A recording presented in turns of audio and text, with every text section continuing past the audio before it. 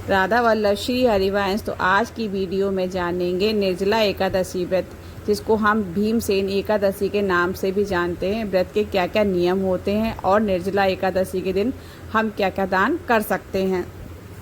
तो सर्वप्रथम हमने चौकी ली, चौकी पर हमने आसन को हमने बिछाया और उसके बाद श्री विष्णु हरि जी को हमने विराजमान किया।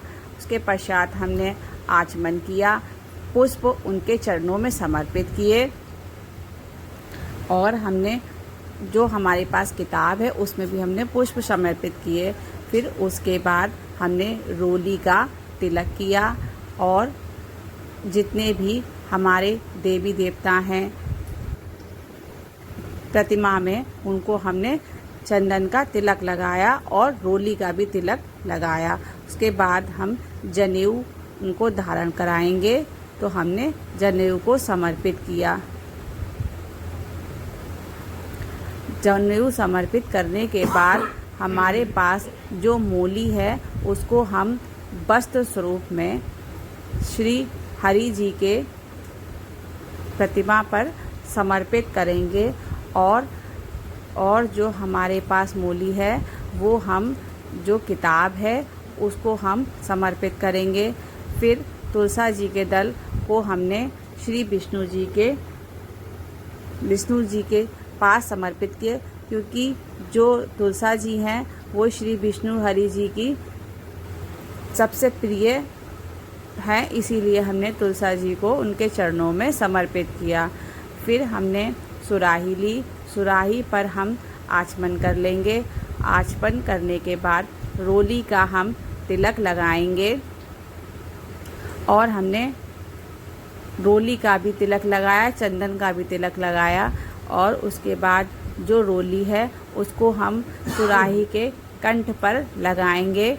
फिर उसके पश्चात हम सुराही में जल को भर लेंगे। जल भरने के बाद हम पुष्प समर्पित करेंगे और हम चीनी को श्री विष्णु जी को भी समर्पित करेंगे और जो चीनी है उसके कुछ ही 2-4 दाने ही हम सुराही में डालेंगे, क्योंकि जो जल हम निर्जला एकादशी के दिन दान करते हैं वो सिर्फ खाली जल ही दान नहीं करते हैं, उस जल को मीठा करके ही दान करते हैं। मीठे जल का दान करना ही अत्यधिक महत्वपूर्ण है, इसलिए हम जल को मीठा करके उसको दान करेंगे और हम अब दीपक को जला लेंगे। तो हमने दीपक को जला लिया है और दीपक में पुष्प समर्पित करेंगे। जो हमारे पास खरबूजा है उसको हम श्री विष्णु जी के चरणों में समर्पित करेंगे और ऋतुफल के हिसाब से हमने खरबूजा आम लिया है, तो आम को भी हम श्री विष्णु जी के चरणों में समर्पित करेंगे। क्योंकि पेड़े का भोग लगाएंगे, क्योंकि निर्जला एकादशी के दिन अन्न का भोग नहीं लगाया जाता, इसलिए हमने दूध से बनी चीज़ों में पेड़े का भोग लगाया है और दक्षिणा को हमने प्रभु के चरणों में समर्पित किया है, क्योंकि बिना दक्षिणा के कोई भी पूजा पूर्ण नहीं होती है। इसलिए हमने दक्षिणा जो आपकी श्रद्धा भाव हो वो आप प्रभु के चरणों में समर्पित करिए और जो उस दक्षिणा को है पूजा पाठ करने के बाद किसी भी ऐसे जो आप पंडित जी जैसे मंदिर में या आपके कोई कन्या रिलेशन में हो या आप कोई छोटी कन्या हो उसको आप दे सकते हैं। और फिर हम आरती कर लेंगे।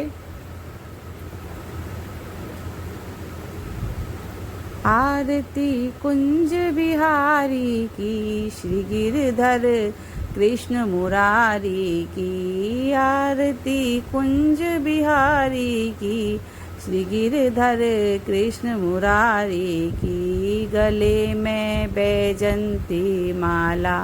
और आरती करने के बाद हम निर्जला एकादशी व्रत साल भर की सभी एकादशियों में सबसे बड़ी एकादशी मानी जाती है। निर्जला एकादशी व्रत शारीरिक और मानसिक स्वास्थ्य के लिए भी काफ़ी लाभदायक होता है। इस व्रत को रखने से हम प्रभु के और भी करीब जा सकते हैं। इसके साथ ही इस दिन दान से कई गुना अधिक फल की प्राप्ति होती है और समस्त पापों से हमें मुक्ति मिल जाती है। जब व्यास जी ने कहा कि तुमसे वर्ष भर की संपूर्ण एकादशी